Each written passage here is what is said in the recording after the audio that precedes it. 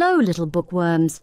Welcome back to Tiny Little Bookworms, where we bring you magical stories from all around the world. Today, we have a classic tale that teaches us about hard work, determination, and the importance of making wise choices. Are you ready to meet some adorable little pigs and see how they outsmart a big bad wolf? Let's jump into the story of the 3 little pigs. Once upon a time, there was an old mother pig who had 3 little pigs and not enough food to feed them. So when they were old enough, she sent them out into the world to seek their fortunes. The first little pig was very lazy. He didn't want to work at all, and he built his house out of straw. The second little pig worked a little bit harder, but he was somewhat lazy too, and he built his house out of sticks. Then they sang and danced and played together the rest of the day. The third little pig worked hard all day and built his house with bricks. It was a sturdy house complete with a fine fireplace and chimney. It looked like it could withstand the strongest winds. The next day, a wolf happened to pass by the lane where the 3 little pigs lived, and he saw the straw house and he smelled the pig inside. He thought the pig would make a mighty fine meal, and his mouth began to water. So he knocked on the door and said, little pig, let me in, let me in." But the little pig saw the wolf's big paws through the keyhole, so he answered back, No, not by the hairs on my chinny chin. Then the wolf showed his teeth and said, Then I'll huff and I'll puff and I'll blow your house down. So he huffed and he puffed and he blew the house down. The wolf opened his jaws very wide and bit down as hard as he could.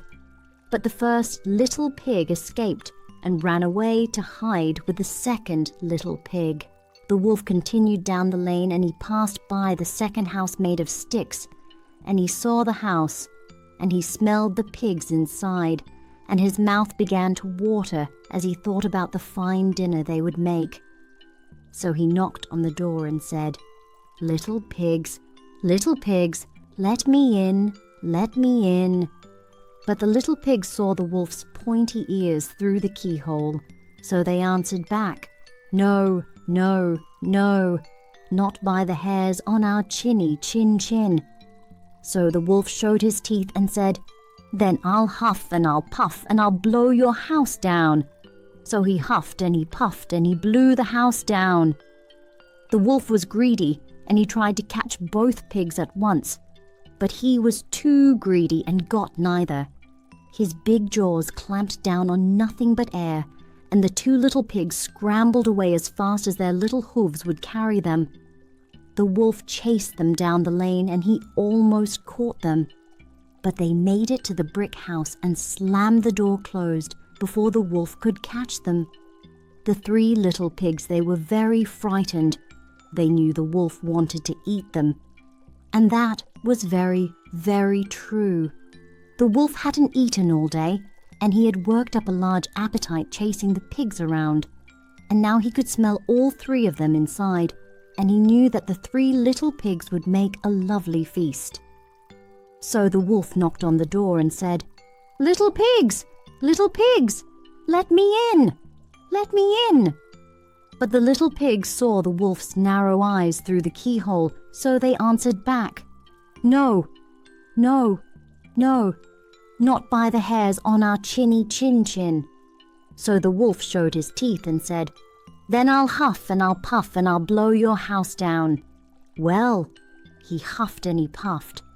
He puffed and he huffed, and he huffed, and he puffed. But he could not blow the house down. At last, he was so out of breath that he couldn't huff, and he couldn't puff any more. So he stopped to rest and thought a bit. But this was too much. The wolf danced about with rage and swore he would come down the chimney and eat up the little pig for his supper. But while he was climbing onto the roof, the little pig made up a blazing fire and put on a big pot full of water to boil. Then, Just as the wolf was coming down the chimney, the little piggy pulled off the lid and plop, in fell the wolf into the scalding water. So the little piggy put on the cover again, boiled the wolf up, and the 3 little pigs ate him for supper. And that's the end of our story, dear bookworms. Did you enjoy the adventure with Porky, Petunia, and Percy? The moral of the story is, hard work, determination, and wisdom will always keep you safe and strong. Remember, little ones, it's always better to build a strong foundation in everything you do. Thanks for joining us today on Tiny Little Bookworms. We hope you learned something important and had fun along the way. Don't forget to like, share, and subscribe for more wonderful stories. Until next time, stay curious and keep reading.